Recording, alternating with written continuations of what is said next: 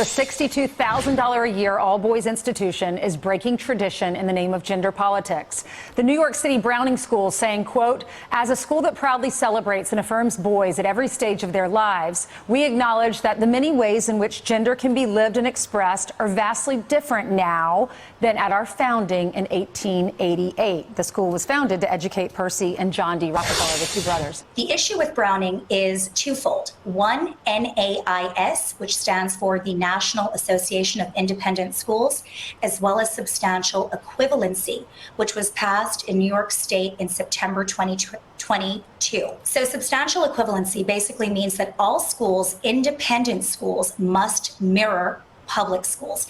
This really knocks apart the whole notion of school choice. The choice is paying a fortune for tuition and having a public school education, despite the fact that you're paying this tuition for independent schools. Oh, independent. You heard the word independent a couple times, but it's not actually independent, David. Yeah, the elite K through 12 school was founded to educate the Rockefellers. They're famous on its website. And look at that. It says boys education redefined. And boy, is that not true. So here's what they say. The Browning School will consider for admission any child who, A, identifies as a boy, or B, or 2, was assigned male at birth, who wishes to join a boys' school and is well served by our mission. And here's the final quote here.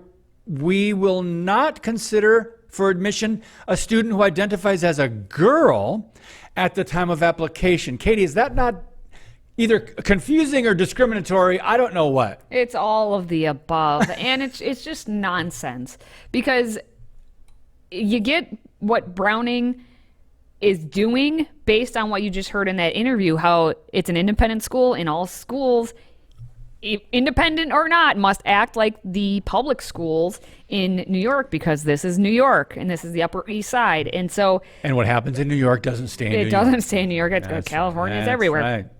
So it's not that their hands are tied, but it's like how much, I wonder where the needle is, as how much the actual like administrators at Browning wanted to do this or were okay with it, versus how much they're being forced to, or they're completely shut down. I think they should just be completely shut down then. $62,500 per year for education at a school that can't even know what boys are girls and girls are boys. They put your kid somewhere else. Well, I want to share the response of at least one parent who was fuming about this change. And here's a quote. This decision was very upsetting, and it kind of defeats the entire purpose of sending my kids to an all-boys school. Correct. I would have had my kids attend any other school if I knew this was going to happen.